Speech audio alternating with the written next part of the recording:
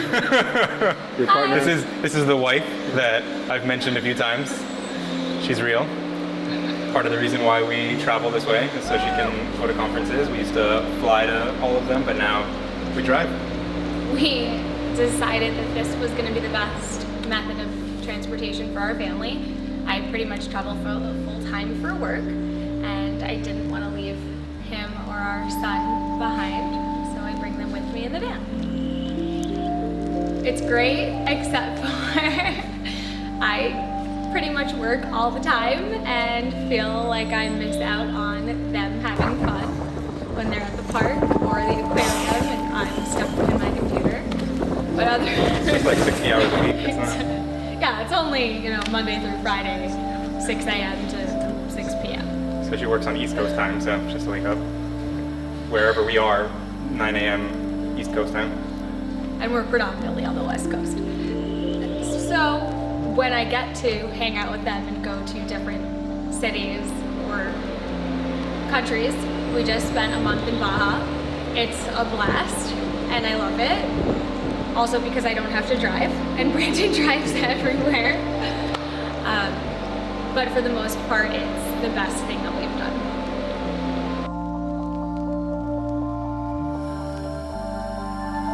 One of my favorite parts of Vanlife is that I get to be around my husband and son and still work full time while watching my son experience new things and getting to experience those things with him. We've been on the road for just over a year now, and in that year we've done close to 60,000 miles. We travel a lot for work for my wife.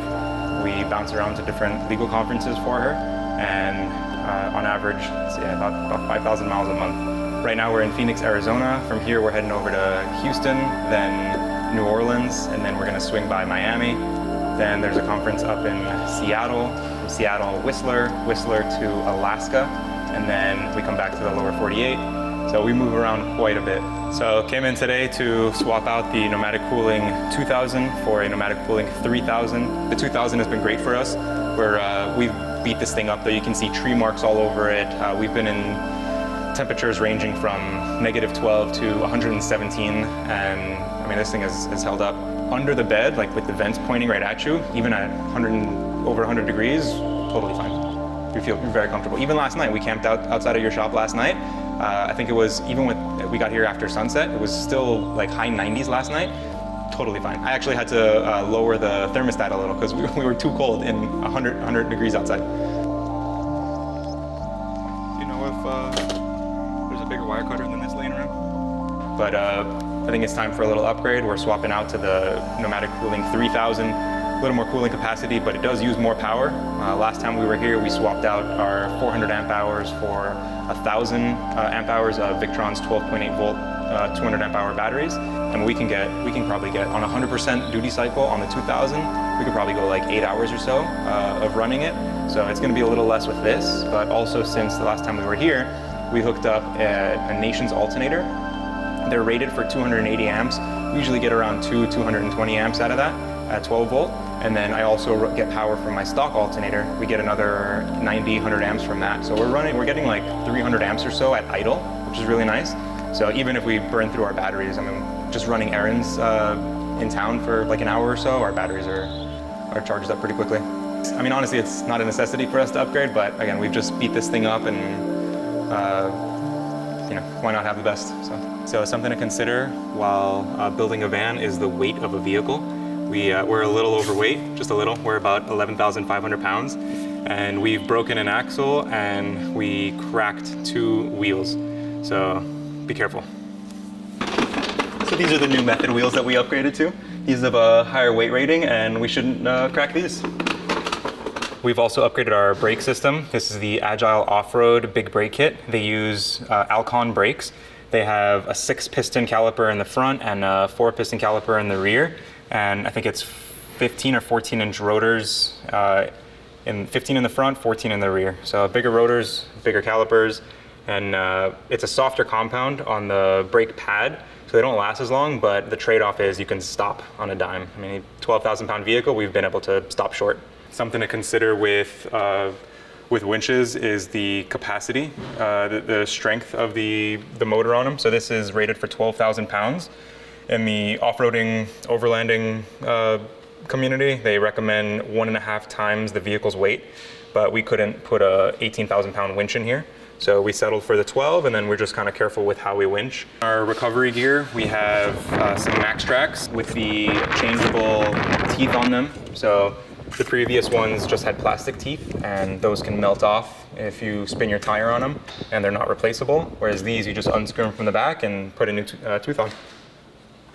We have a shovel, we have some pulleys, snatch blocks, we have a winch extension line, we have the winch itself, and we have a dead man off-road, which is a piece of gear that you can bury and winch off of. Also on the rear door here, we have the Agile off-road rear door carrier, and then a backwoods adventure storage box. And then on the side, we have a DMOS shovel with their mount. And in here, we keep tools, some recovery gear, some camping chairs, hammocks, all sorts of things. Since last time we were here, we've also added some lights in the rear. We put these in the rear bumper.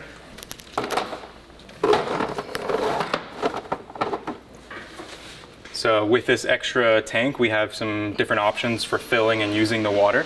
I have a spigot on the side of the bumper here where I can put a hose on this side and then plug it into my main freshwater tank. And this tank underneath has its own water pump. So I can pump water from that tank to this tank, either to refill that one, or I can, instead of plugging it in there, I can put a nozzle on here, hose things down, you can put a shower head and hook it up and do an outdoor shower.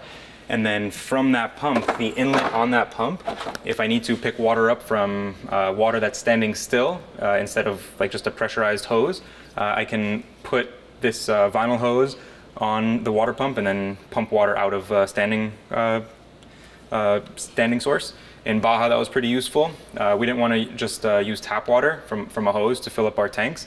So we went to a purified water station, and they give you these 5-gallon buckets.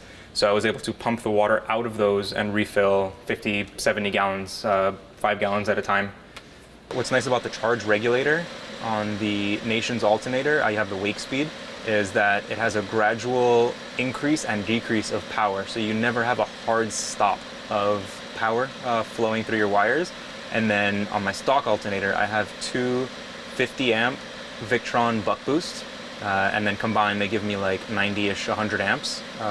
And those also have regulators inside where you increase and decrease the flow of power gradually.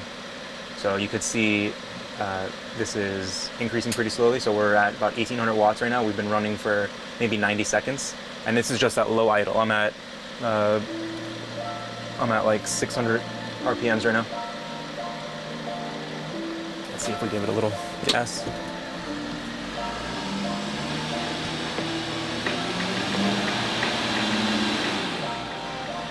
As the voltage and state of charge increase on the batteries, they don't accept as much power. So right now we're at about 50% state of charge. So they're gonna take all of the power that I'm giving to it. But when you get up to like 13.4-ish volts and maybe like 90% state of charge, even at highway speeds at high idle, you're not gonna get anywhere near 3,500 watts. So it's nice that there's never a hard shutoff.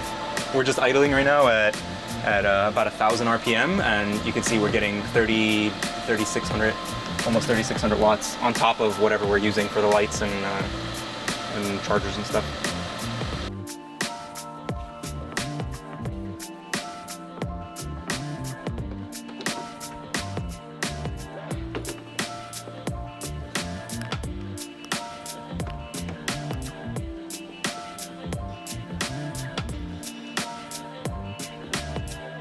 Gauge in that's perfect. And then I think the old 2000 was a 6 gauge he was telling me, so it's probably still fine. Yeah, the 6 gauge and the 4 gauge, that and that seem to both be perfect for it. Cool. Getting old, just turned 30.